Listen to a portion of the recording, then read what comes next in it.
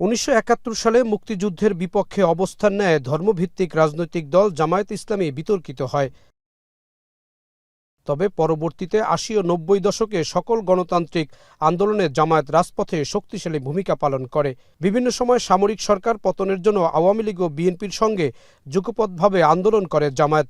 ২০০১ সালে বিএনপির সঙ্গে জোট করে রাষ্ট্রীয় ক্ষমতায় আসে দলটি। পরে জামায়াতের আমির ও সেক্রেটারি জেনারেল মন্ত্রীও হন।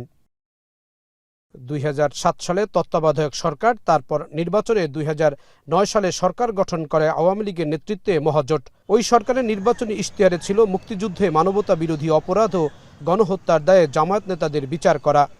২০১০ সালে আন্তর্জাতিক অপরাধ ট্রাইব্যুনাল গঠন করে জামায়াতের বিচার শুরু হয়। দলের তৎকালীন আমির মতিউর রহমান নিজামী সহ শীর্ষ পর্যায়ের কয়েকজন নেতার মৃত্যুদণ্ড কার্যকর হয়। এখনও অনেক নেতা কারাগারে আছেন। ওই সব মামলায় সংগঠন হিসাবে জামায়াতকে অপরাধী হিসাবে গণ্য করা হয়। একাধিক রায়ে জামায়াতকে নিষিদ্ধকরণের পর্যবেক্ষণও দেয়া হয়। এসবের ভিত্তিতে ২০১৩ সালে জামায়াতের নিবন্ধন বাতিল করে দেয় নির্বাচন কমিশন। ছাত্র জনতার আন্দোলনে কোণঠাসা আওয়ামী লীগ সরকার শেষ সময়ে নির্বাহী আদেশে ধর্মভিত্তিক এই রাজনৈতিক দলটিকে নিষিদ্ধ করে গত ১ আগস্ট। অনাকাঙ্ক্ষিতভাবে এ মাসের ১ তারিখ হঠাৎ করে আমাদেরকে নিষিদ্ধ ঘোষণা করা, যে ছাত্র সংগঠনটি আমাদেরকে ভালোবাসে, আমরা যাদেরকে ভালোবাসি তাদেরকেও নিষিদ্ধ করা।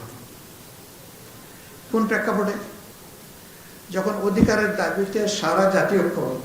এর ৪ দিন পরেই আন্দোলনের মুখে পতন ঘটে শেখ হাসিনা সরকারের। অন্তর্বর্তী সরকার দায়িত্ব নেয়ার পর আলোচনায় আসছিল নিষেধাজ্ঞা প্রত্যাহারের বিষয়টি।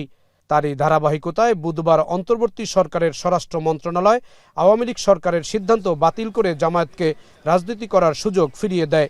যে কারণে ওনারা নিষিদ্ধ করেছিলেন সবগুলো রিপোর্টে একই ধরনের রিপোর্ট এসেছে যে সন্ত্রাসী কর্মকাণ্ডের সঙ্গে জড়িত এই ধরনের কোনো বিশ্বাসযোগ্য কোনো কিছুই কেউ খুঁজে পাননি।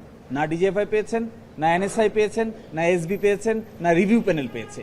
এই বিষয়টি মাননীয় স্বরাষ্ট্র উপদেষ্টার কাছে উপস্থাপন করা হয়। ওনার সই স্বাক্ষরের পরে মাননীয় প্রধান উপদেষ্টা, তার সই স্বাক্ষরের পরে মাননীয় আইন উপদেষ্টার সকল প্রক্রিয়া সম্পন্ন হয়ে এই বিষয়টি সিদ্ধান্ত গৃহীত হয় যে অতীতে যে প্রজ্ঞাপনটি জারি করা হয়েছিল এই প্রজ্ঞাপনটিকে বাতিল ঘোষণা করা হয়। জামায়াতের নিবন্ধন ফিরে পেতে দ্রুত সময়ে আপিল বিভাগে আবেদন করার কথা জানান দলটির আইনজীবী।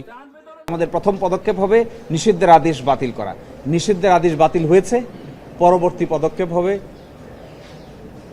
আপিল বিভাগে আমাদের আগের মামলাটি পুনরায় শুনানির জন্য দরখাস্ত দায়ের করা এবং সে আপিল শুনানি করে ন্যায় বিচারের স্বার্থে আমাদের পরবর্তী পদক্ষেপ গ্রহণ করা। বাংলাদেশের রাজনীতিতে এ পর্যন্ত ৪ বার জামায়াত নিষিদ্ধ হয়েছে।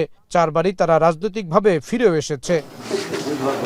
জাহিদ হাসান, এখন, ঢাকা। ২৫০টিরও বেশি ডিজাইন অপশন নিয়ে ওয়ালটন স্মার্ট ফ্রিজ, বোঝে আপনার প্রয়োজন।